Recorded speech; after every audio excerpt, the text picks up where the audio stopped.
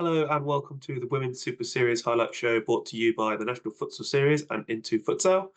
During this episode, we'll take you through all the action and reaction from this weekend's matches, including Bolton versus Southampton Aztecs and Birmingham WLV versus Hertfordshire Vipers. I won't be doing this alone, as I'm delighted to say I'm joined by Maidenhead United's Alicia Povey. Alicia, thanks for joining us. And before we start, can I just get your thoughts on how Tier 1 has played out this season? Yeah, I think it's been an interesting season. I think maybe some of the teams that you thought were going to be the stronger ones have fallen off a bit, especially kind of the second half of the season. Bolton, I think you knew were going to be a strong team coming into it, and they've really kind of pushed on from last season. A few teams struggling, but I think overall the standard's been a lot better this season. There's been teams picking up points which you thought last season they wouldn't have been. So I think that's great. That's a testament to where the sport's going and where especially the women's game is going. So yeah, can't wait to see how the rest of the season plays out and then next season as well. Well, without further ado, let's get straight into our first match, which was Bolton versus Southampton Aztecs, live from the Repton Sports Centre. Button channel. So we're about to get the action underway here this morning. Southampton Aztecs on the attack right from the start. Tonks very progressive there from the initial kickoff, getting a shot away early. Well, Tobin here as the player coach collecting the ball. Now Foster, the captain, out to Robinson. Blocked at the first time of asking and then fired over at the second. it's a really good save. Just got a deep line of engagement. They're almost on the 10-metre spot where they're looking to engage and try and block. Sent into a dangerous area there, and Tobin against the woodwork, albeit the outside of the post. Desperately unlucky. But they're away here. Might be away here. They are. They're in, but the goalkeeper's done superbly well there. Low out quickly, read the danger. Careful of. They're being nice and aggressive when they do go and engage, but don't give away too many of those. Booth forward here to Tobin, back to Booth and across to Tobin. Really, really well worked Bolton goal, and they take their lead through. A little bit quicker.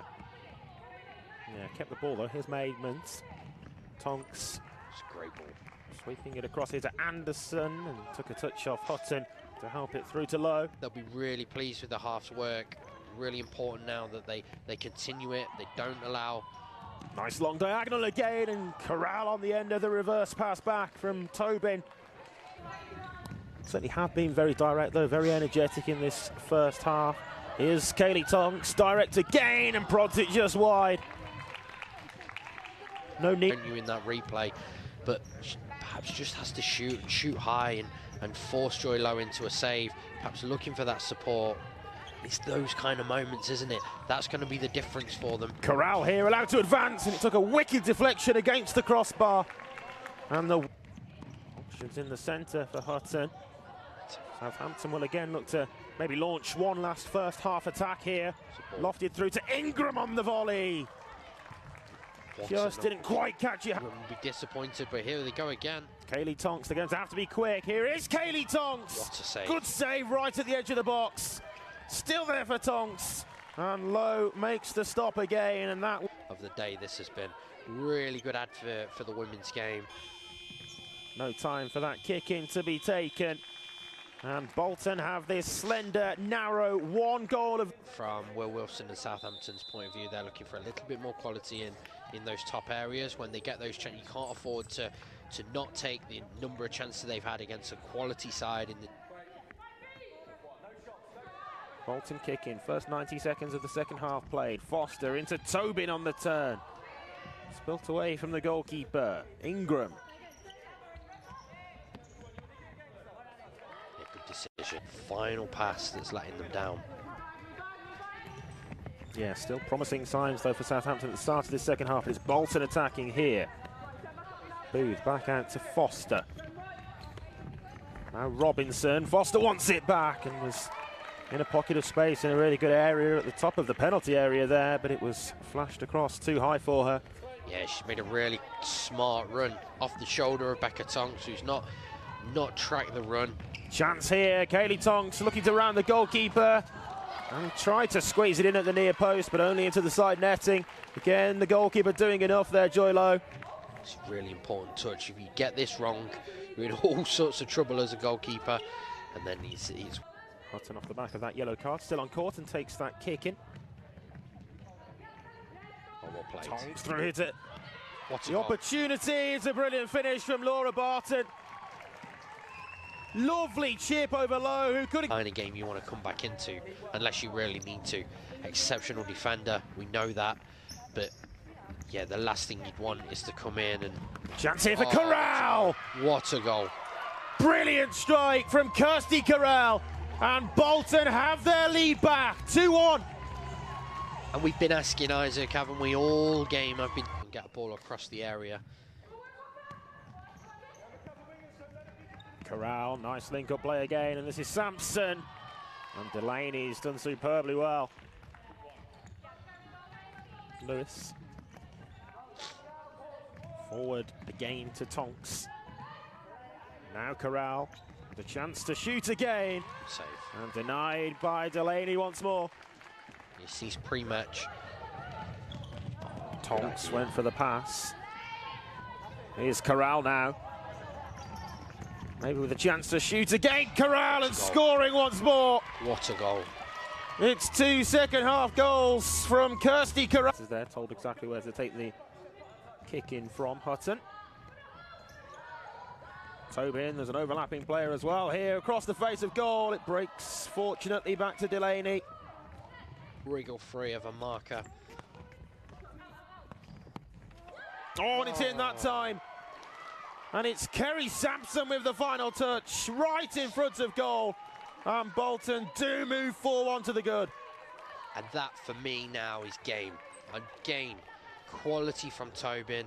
Game against Hertfordshire Vipers, also in the women's Tier 1. And following that, Loughborough, their B team against Bolton B. The men's Tier 2 North. There's another chance here for Bolton to add to their lead, and it's against the post. Yeah, she's had more court time today than perhaps usual. Davina Aloilolo often in this Southampton squad, but with limited minutes. Here's Corral, who very much doesn't have limited minutes and doesn't have limited involvement. Kirsty Corral, again. As well as their goalkeeper, who's going to feel exceptionally hard done to in the fact that she's had such a good game, and then her manager and Kirsty have really stole this show away from her with seeing this game out and enjoying themselves and enjoying what they've achieved. Lovely back heel. There's a player over here as well. It's Maidman, but she's not found. Barton could only present the ball straight comfortably to Low. And that, for me... of play here. Bolton 5-1 to the good. Having been just the one goal up at half-time as Tobin adds another. Robinson with the assist. Tobin gets her second of the... Have the final 5 seconds. Go on then, give us your player of the match from this one. Yeah, really tough decision actually, because you could have picked either goalkeeper and you could have picked Laura Tobin, but I think after those 3 second-half goals that have really sealed the win, player of the match for me has to be Kirsty Corral. Her manager's picked her out at the start as someone to watch, and she's shown you exactly what she gives in that second half. I have to give a special mention to Joy Lowe, though. I think... Well, after 2 straight losses, Bolton get the job done and secure the title. I'm delighted to say that we're now joined by Bolton's Becky Foster. Becky, thanks for joining us. No worries. So, obviously, you were going into the game knowing that if you'd have won, you'd have been crowned champions. Did that kind of affect the preparations? Did it affect the way you felt before the game? Yeah, definitely. We were all aware if we won, we'd win the league. I think we'd learned from previous weeks, especially the week before against Helvetia. If we won that game, we'd have won the league. I think we put a lot of pressure on ourselves. So I think preparation this week was a lot different to the Helvetia game. We relaxed a bit more. We all socialised together on the Saturday, and we just tried to put as little pressure on each other as possible, really, compared to the week before. It was a bit of a hard first half, wasn't it? Do you think you were expecting to maybe be a bit further away, a bit safer by the end of the first half, or was it that you're just kind of warming up, getting into the game? I feel like the last couple of games we've struggled for goals for some reason. We've got 2 of the top goal scorers in the league, no pressure on Laura and Kirsty, but I feel like we've, for some reason, just been struggling for goals. Joy kept us in it massively, our keeper. I think without her saves, we could have been, I don't know, it could have been about 7-8-1, maybe at half-time, and it'd been a different story. But I do think we dominated possession, definitely, and I think we all believed that if we kept doing what we was doing, we'd win anyway. Was that the message at half time, to just kind of keep doing what you're doing and like not worry about the fact that it was only 1-0 at half time, wasn't it? Yeah, definitely. I think everybody was saying the right thing. Keep going, keep doing what we're doing. But then in the back of our heads, I think we were thinking, oh God, if we don't score another here, then it could be a different story. I remember at half time, I mean, we normally let Laura speak, of course, she's our manager, she's our coach. So we let Laura deliver all the instructions. But I remember saying at half time to Kirsty, you just need to shoot more. Shoot more. I remember she mentioned that in the post-match interview, but she did. She had a lot more shots and thankfully scored a hat-trick. What do you think it is that like has been setting you guys apart this season? Obviously, you've had a couple of tough games more recently, but it seems like you've had really good momentum, and there's something that sort of shifted since last season. And like you said, you struggled for goals, but you still won. Was it 6-1? So you're clearly there and around it. What do you think has changed, or what's clicked this season? I know we've spoke about this quite a lot, me and Laura and some of the other girls. I think over the last couple of seasons we've all just been new into futsal, or a lot of us definitely have been. We're all footballers. We've played football all our lives, and we've all, apart from Kirsty and Kerry, who've played futsal for quite a while, we're all pretty new into futsal. So I don't think it was clicking at times. I think tactically we wasn't knowledgeable enough.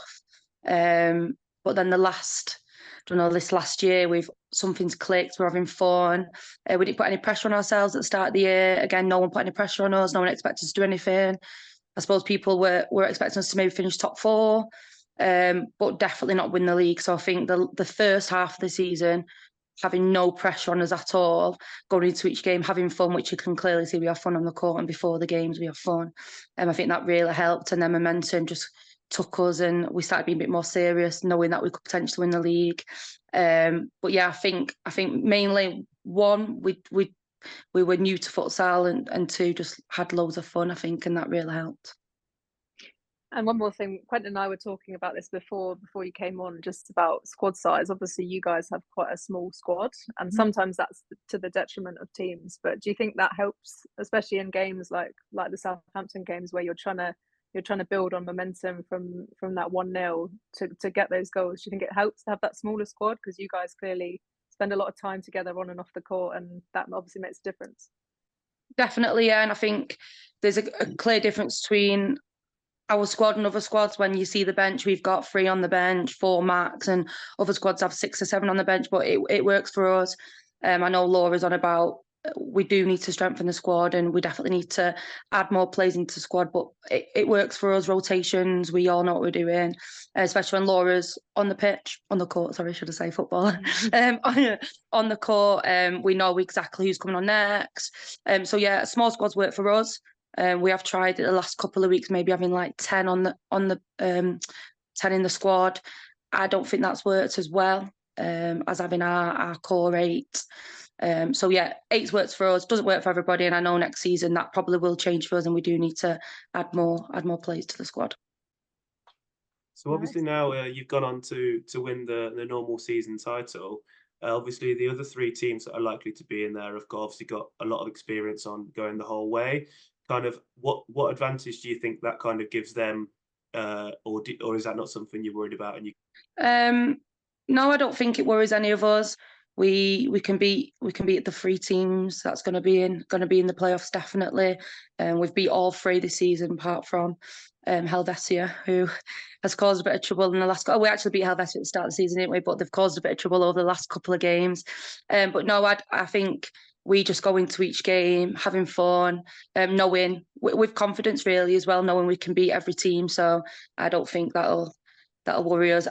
Of course, other teams above us, below us, other teams, the 3 teams in there, the 3 teams in there.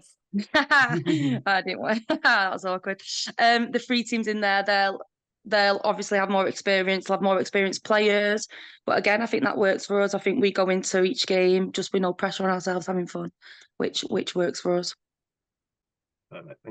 Rebecca, thanks for joining us. Congratulations on winning the title, and all the best in the playoffs. Thank you very much. Straight into our second match of the day, which sees Bolton WRV host Hertfordshire Vipers, again live from the Repton Sports Centre. Is it Clackett? Icklak's best, right? He's one of the best recruiters in terms of finding players when he needs to in the sport. What's been a really difficult season for them. They've stayed together. I think that's one of the key things. Early chance here for Birmingham towards Mulligan, and it's turned away well by Rafa Marti. Birmingham 0, Hertfordshire 0, and yet to really see a meaningful chance on goal. It's a good ball through to Mulligan there, though it's against the post. And Vipers survive by the skin of their teeth. This is where it becomes a really long game for Vipers. Miller allowed to advance. Oh, and it's cleared away there really by Mulligan inadvertently. It's a dangerous game to be playing though if allowed to drive through, and well, Hazel allowed to prod the ball home. And it's the opening goal. For Birmingham, it's about understanding that they will get tired, they will make mistakes, and when they do, take advantage. Hazel's in again, and that time puts it wide. Almost on cue. Yeah. Right? Birmingham in control again. Scott picks a good ball forward to McDougall once more, exchanging passes with Miller. And Rafa Marti on hand for Vipers. It's better from Hertfordshire. A lot better. Great, nice touch. Options both sides here as well. This is Ingram into the penalty area, and Kaboff had to come out quickly to meet her there. Just find that extra bit of patience and more quality in the final third. Hazel into Mulligan, up against Ramsey. Back to Hazel from distance. Strike, that is. So,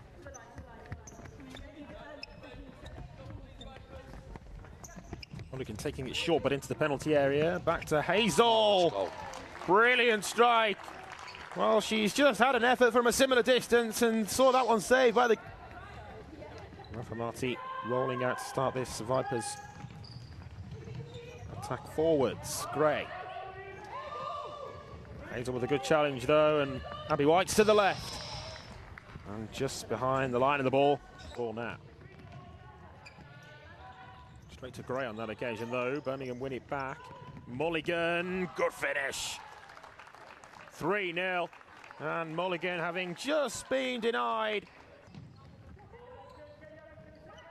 McDougall's error wasn't costly, nobody near her in blue. Good pick out there to White, and that's a brilliant goal. Lovely assist from McDougall, and an even better takedown on the chip. With a quality and a purpose, and I think they've done that, and I think they've been really smart. Winning the ball back there, McDougall, right from the restart. It'd be White as Lennon was helped off court, but that's all we've got time for the first half then. Still 20 minutes of playing action to bring to you for the second period, but at the midway point, it's Birmingham who are McDougall and provide the finish as well. So 4-0 to Birmingham at half-time as Hertfordshire get us back underway, Matt. Yeah, and I'd imagine they'll look to continue to build on this as much as possible while getting some of those. Really difficult afternoon for them, isn't it? You're coming here. Given away there to Hadagada as there's an opportunity. Just Swengel. Here's Hazel on a hat-trick now, of course, after 2 in the first half. Morley to Miller. Good save again from Rafa Marti. She's done well. She's done really just grinding down Hertfordshire Vipers now. Long ball over the top here to McDougall. Doesn't quite get the finish right, but as you say, an excellent ball through to pick up. On a run a little bit, didn't she, as she saw the onrushing Rafa Marti. Given away to Mulligan. Forces the save again. It's a double stop from Rafa Marti. White, nice footwork past the first defender. Travelling laterally though, and it's a good challenge. Hertfordshire breaking.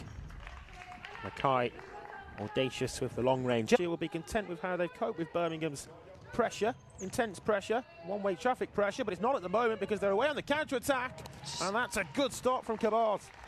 Hasn't been forced into action really today, the Birmingham shot stopper. It's making things quite easy for Vipers defensively, just to sit their block in place and make life difficult. That's better for Shooting chance, and it's into the bottom corner. Dana Scott that time taking the opportunity.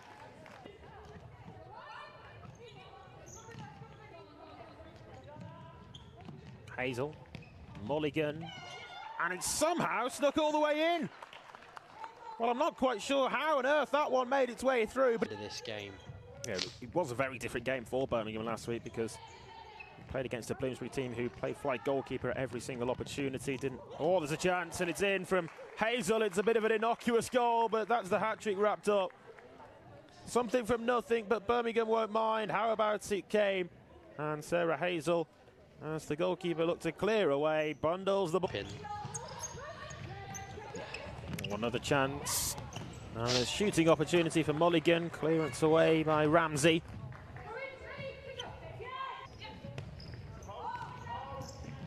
Given away that time by Merkis. It's Miller and tapped in by Mulligan for another for Birmingham. It's 8 now. Mulligan completes a hat. Here's the second hat-trick. Yeah, and McDougall's won it there for another Birmingham goal. And she deserves a goal today, Daniela McDougall, to go with the first half assist. McDougall then to take this corner. Might be the final action. Back to White. Hazel and Scott. Was it in time? They've given it. It's going to be 10. The referee points to the centre spot, and Dana Scott has her second. It's 10 for Birmingham. The referee definitely pointed back to the centre. Neat finish. Really neat finish. Really neat finish. And a nice way for Hertfordshire Vipers. Let's give some credit to Nicole Raffamati, who's been exceptional start to finish. So a resounding 10-0 victory there for Birmingham. Alicia, what were your thoughts on the game overall? I think it was always going to be an interesting game. I think Hertfordshire Vipers, obviously they've had a very difficult season, and it's always hard to be turning up to games against Birmingham, Bolton, Helvetia and putting in a performance. I think maybe Birmingham were a little bit surprised that they didn't manage to score as many maybe in the first half than they could have. I think the Vipers, they're a young team. They're not necessarily that experienced, so sometimes that's harder to play against because they're maybe not in the normal formation, and the way that they play is a bit different. But I think, yeah, Birmingham turned on the star really in the second half and showed them what they were capable of. And I think although the playoffs are not wrapped up as a season overall, obviously we're still looking at Hartbury potentially getting into those playoffs. But it's been really tight at the top, hasn't it? Obviously with Bolton just kind of taking it this week, but it's kind of gone down to the last couple of games, which is good to see. Yeah, definitely. I think Birmingham still. I would back them to be in one of those playoff spots, even though Hartbury aren't too far behind them. I think they've just slightly got the edge, especially with Angie Morley coming back into the squad. I think she's been away travelling recently, so really good to see her back because she makes a massive difference for them in a fixed position. But yeah, I think that the playoffs are going to be really difficult, especially with, Helvetia have completely turned it on recently. They've recruited really well, so it'll be interesting to see them kind of almost a new team basically coming up against the Birminghams or Boltons, and again, yeah, Bloomsbury again gone through a lot of change, a lot of transition, so yeah, it'll be an interesting one. Well, with just the 2 games this weekend in the Women's Super Series, that's everything wrapped up. Thanks, Alicia, for joining me this evening, and we'll be back following the next round of fixtures on the 6th of May, which all come live on TNT Sport. Good night.